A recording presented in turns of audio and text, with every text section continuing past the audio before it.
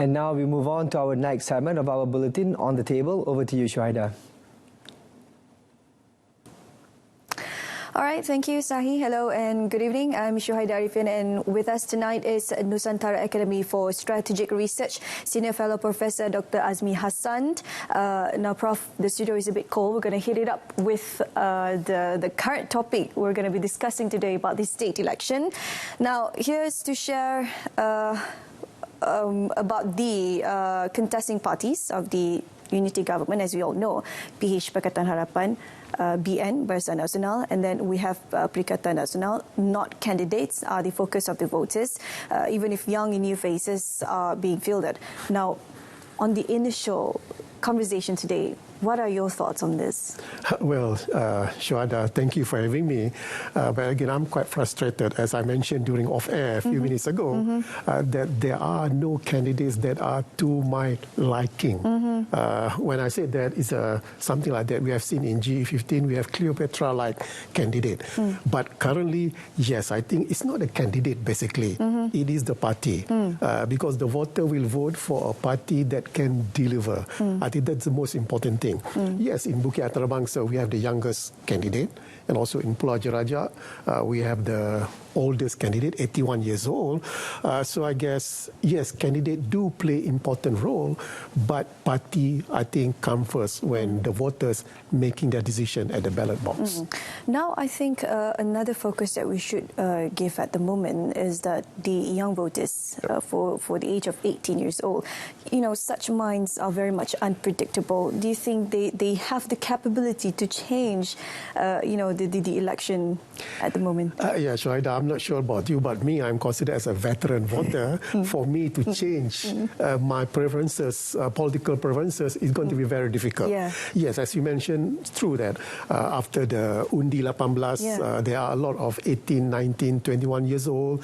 It is true that they are very fickle-minded. Not fickle-minded, but I guess they are not tied to any political sentiment. They are not tied to political agenda of a political party. So they can make a decision that I will never make. So I guess it's a plus thing, because I think the younger generation, they are politically educated. They know what's good for them, what's good for the country, for the people. So I'm hoping that they come out in drove, because in Kedah, for example, the 39 years old voters and below, the bulk of the voters. So I'm hoping that they come out during this particular state election and make their decision, not only what's good for them, but more importantly, what's good for the country. And I have every confidence that they will make the correct decision. Now, we're still going to be talking about the young voters, and we're going to be focusing more on the campaign side. We have two types of campaign methods now, the traditional and the modern way. And we can see in the previous PRU, the wave was different when there's a certain party used this online campaign method, which they are able to gather more younger voters. So do you think this too plays an important role for them to start campaigning? Yeah, Shuhaida, when you said certain party during the general election using media social, why they are very success? Yes, they are very success, not because of using the media social as their means, TikTok, for example, but the content of their campaign. I see. Basically, they are using the first two R issues. But do you think they would succeed if they were to use a traditional campaign with the same content? Yes, because traditional campaign, I more prefer like a traditional campaign. Not that I will go to the Terima face to face, but I prefer compared to the media social. But again, compared to GE15, I think all sides of political party right now, they already jump into the bandwagon of media social. So GE15, yes, that certain. You are not mentioning that political party. I'm not sure why. That certain political party very successful. But currently, all contested party are on par in terms of media social ceramah. Analysts have said the PHBN is likely to make gains in the Perikatan Nasional Stronghold like Kedah, Kelantan and Terengganu. So do you think if this is a likely outcome, should it be easier for federal aid to be channeled to these states? Yeah, it is true that I think the strategy is that I think for Pakatan Harapan and also Barisan Nasional to attract the voters, especially in Kedah, Kelantan, Terengganu, you don't have to promise development. I think it wouldn't work in Kelantan, Terengganu, Kedah. It wouldn't work, but have to stress that if the state government is friendly to the federal government, not only the federal government, Kedah state government, for example, if they are friendly to the Penang state government, I think the spillover of development in Penang will occur in Kedah. Let's take Johor, for example. They are friendly to Singapore, and the spillover is there. So I guess, yes, to answer your question, Shuhada, yes, we need a friendlier government, not only to the federal government, but also to their neighbours. And Kedah, I think it's a very clear example how Kedah state government can make use the spillover from Penang. How do you think the results will be for the state elections? Do you think it will affect the federal government? I think the opposition would like to portray that this particular state election, even though got nothing to do with the stability of the federal government, they would like to portray that. No, I don't think so. Whatever the result, the federal unity government will stay as it is. Let's take an extreme example, Shuaida. Let's say if the Pakatan Harapan lose all the three states, I don't think so, Barisan Nasional will dish the unity government. Because from my perspective, personal perspective, a veteran voter, I think the present federal unity government is the best government that we can have because it portrays the composition of our society. It has from Semenanjung and also you have from the Borneo, Sabah and Sarawak. So I guess, no, it won't affect, I guess, even though the extreme, as I mentioned just now. What do you think about the voter turnout this time? You know, we have the previous state election prior to PRU 15. The turnout voter was quite low as how we expect it would be. How do you project for this upcoming state election? It wouldn't go beyond 85% as what transpired during GE 15 because this is a state election and state election is the interest is quite low. So yes, it won't go 85%, but maybe 80% because of the important, not only the state government, but also the federal government. So around 79, 80%, 81%. You're expecting around 79%? Yes, something like that. But for me, I already voted because I'm a Johor voter. So my next voting is in Pulai in coming September. So what I'm saying is just from my observation where I live in Ulu Klang. But would the turnout voter will affect the result of the state election? Yes, I think if a low turnout voter, it will affect the opposition because the opposition expecting they want a high turnout. So my assumption is that it will give advantage to the incumbent. When I say incumbent here, Shuaida, I mean the federal government. As I see it, the federal government is the incumbent now. Because even though this is only a state election.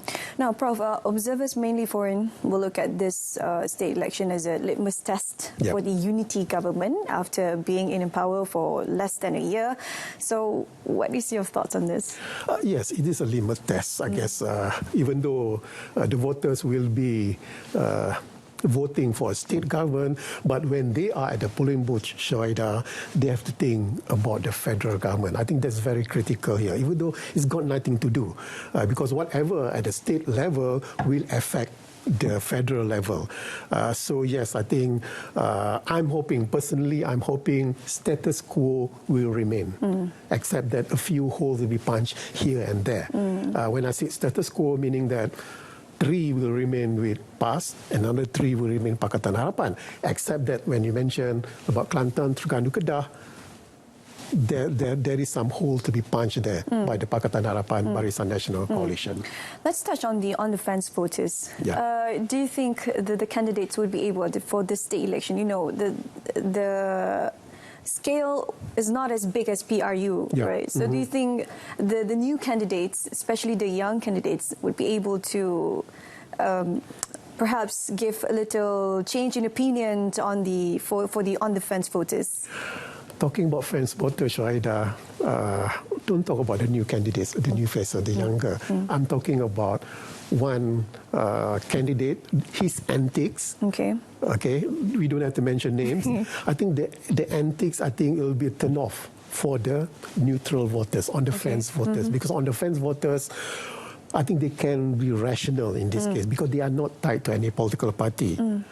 So I guess not the younger candidate, the new candidate, but I think the antics of one person, one candidate, that will be the deciding factor, the fence voters, whether who will they vote. And then as for the campaign, now we're not supposed to touch the 3R issues. Yes. Right. So do you think this is the right moment for us to make sure that all the candidates will not touch on this and succeed in their campaign? Because, you know, let's face the reality. That is the main thing that are usually politicized when it comes to campaign to win any election. I think that's the easiest method for politicians to gain sympathy. So for them to get rid of the 3R, they need to do some homework. When I say to do some homework, I want to know about the climate change, for example, our environmental. I don't think so our candidates can campaign on that because they need to do a lot of homework. OPR, for example, do some explanation, a layman explanation, so that they can get rid of 3R. Because using 3R, that's the easiest method. They don't have to do some homework, not even any homework. They just speak in a rhetorical manner. So I guess I'm really hoping the younger candidate, the new candidate, talk about the environment. I'm still waiting. It's already 1 week. Nobody wants to talk about that. Yeah, have you seen any? No, nothing. Because it's not a pull factor. It's not sexy, I guess, to talk about environment. But it is very, very critical. But I'm still waiting for the candidate to talk about that. But don't you think the climate change topic, if the candidates wants to bring about this in their campaign, do you think that it only caters the city instead of suburb? Because, you know, the city people lives within the concrete jungle. You know, they think more about climate change as compared to suburb. They probably didn't realize as much as the urban people. What do you think on this? No, I don't think so. It will also affect the semi-urban and also the rural areas.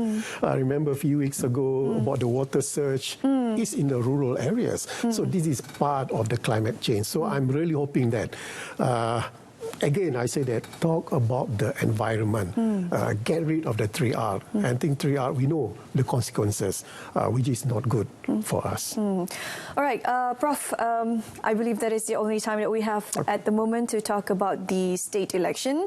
That's it from us this evening. Along with SAHIH, I'm Shuhaida Arifin, Malaysia Madani, Tekad Perpaduan Penuhi Harapan. Thank you for watching Malaysia Tonight with us. Have a good weekend.